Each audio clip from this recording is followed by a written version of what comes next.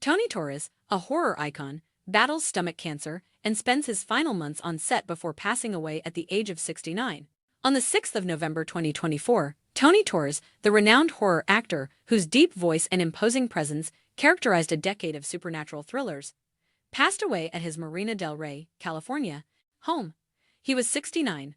A family representative claims that Torres had been fighting stomach cancer and decided to keep his diagnosis a secret, telling only a select group of co-workers and filmmakers in the early months of 2024. For aficionados of contemporary horror films, his passing signifies the end of an era.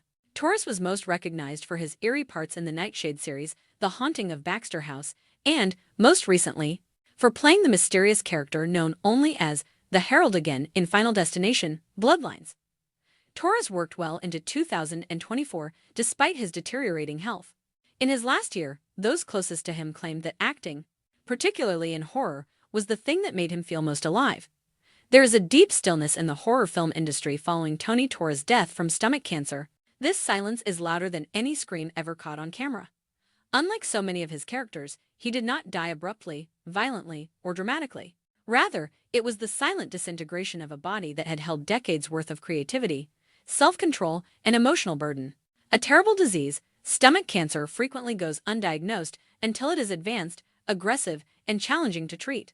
Tony's diagnosis signaled the start of a very personal journey, which he decided to undertake with incredible bravery, dignity, and seclusion. Cancer doesn't discriminate. It doesn't give a damn about achievements, titles, celebrity, or legacy. The frailty of the human condition was too much for even a titan of the horror genre, a man who personified fear on television. The grace with which Tony dealt with his disease is what makes his narrative so captivating, not the illness itself. He didn't express his anger in public. He didn't take advantage of the diagnosis to get attention. He refused to let the illness interfere with his work. Rather, he persevered, overcoming discomfort, fatigue, and doubt to finish his last performance. Just that action demonstrates the breadth of his character and the intensity of his passion. His strength was gradually taken away by stomach cancer, but his enthusiasm never wavered. Tony never wavered in his devotion to the craft he loved, despite his diminished stamina and appetite. He kept researching scripts, mentoring up-and-coming actors, and making artistic contributions to his last movie. He chose to concentrate on art rather than illness and battled the illness with a calm tenacity. His choice to keep the diagnosis mostly confidential was motivated by protection rather than concealment. He wanted his admirers to perceive him as he had always been: strong, commanding, menacing, and legendary.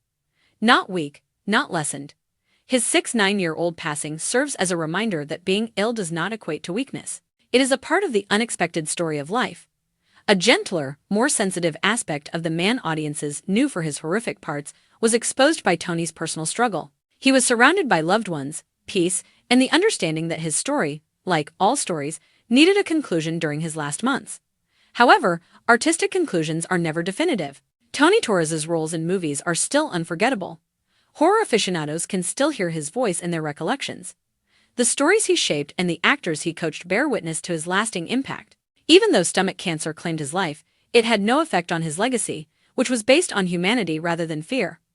Ultimately, Tony Torres overcame his cancer battle rather than losing it. He departed the world with courage, sincerity, and a profound comprehension of what it means to confront the dark. A personal struggle with a terminal diagnosis, several people close to the Final Destination. Bloodlines production claimed that Torres discreetly told the film's producers in February 2024 that he had been diagnosed with an aggressive form of stomach cancer. According to reports, the diagnosis followed months of exhaustion, stomach discomfort, and inexplicable weight loss, which he first wrote off as stress from a hard job. In one interview, a crew member recalled, "Tony told us early on, he wanted to work, not to be pitied. He was just that. He stated that he wanted to accomplish what he loved if he only had a year left." Torres insisted on continuing to act for as long as he was physically able, despite doctors' recommendations for rapid chemotherapy and long-term hospitalization. In order to help him conserve energy, the production was discreetly modified to fit his treatment regimen, with shorter filming days and deliberate breaks. He never missed a scheduled day, despite his deteriorating health.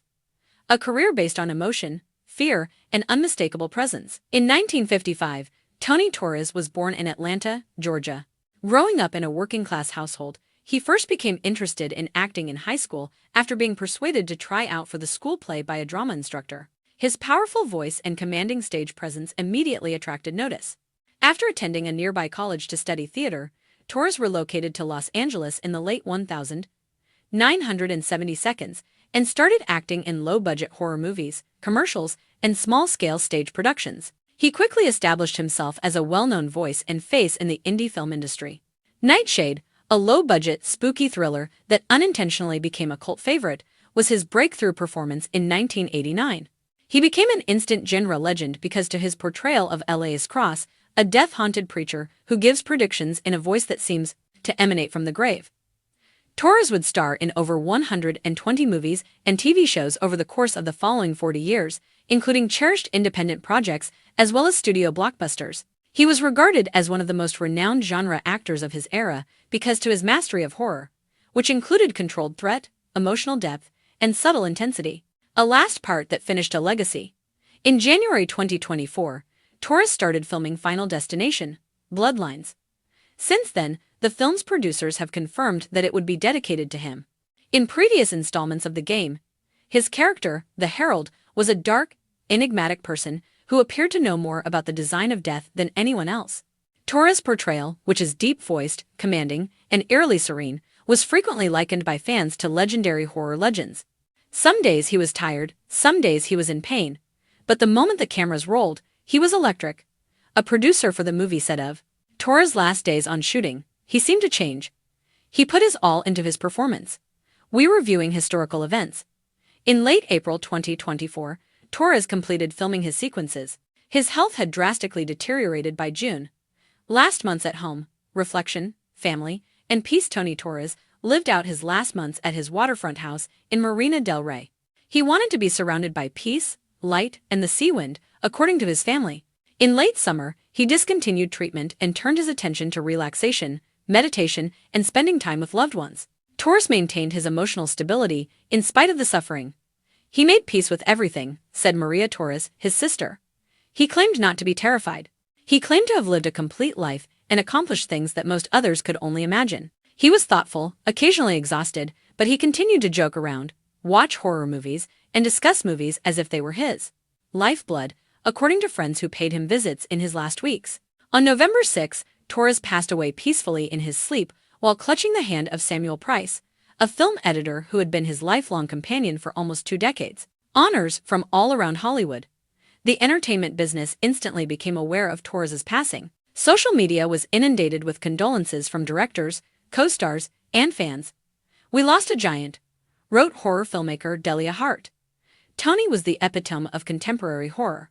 Generations of filmmakers were influenced by his presence. Tony never phoned in a performance, claimed actor Marcus Reed, who collaborated with Torres on Nightshade, Rebirth. The craft was important to him.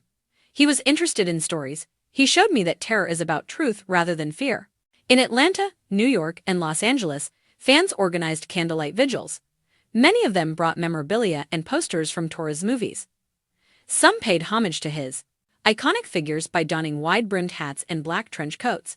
A heritage based on humanity and fear, Tony Torres' work was rooted in emotional nuance, despite the fact that he was most recognized for his terrifying parts. His characters were frequently tragic, confused, or profoundly human people dealing with darkness within themselves, fate, or loss. Helena Sharp, a film critic, summed up Tony's contribution as follows. He elevated horror, not just played it. He gave a genre that was sometimes written off as pulp Shakespearean gravitas. He was one of the rare performers who could simultaneously frighten and empathize with audiences.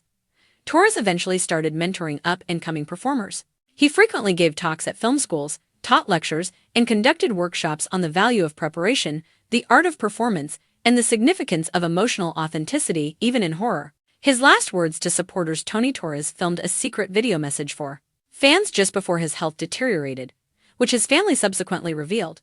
"If you're watching this, it means I've taken my last curtain call," he stated in the video. "Don't lament for too long. Honor the artwork, enjoy your fear, honor the tales that give us a sense of life. I appreciate you allowing me to share in your nightmares." The statement, which captured the sensitivity and dark humor that characterized his whole career, went viral. A legend persists.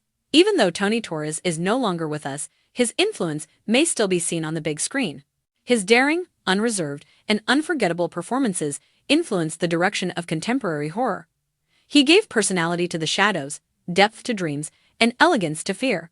His soul endures wherever fans congregate to honor the art of dread, even though his last resting place may be a serene villa in Marina del Rey. His voice reverberates throughout the genre's gloomy corridors. His characters never go out of style. His influence will last forever.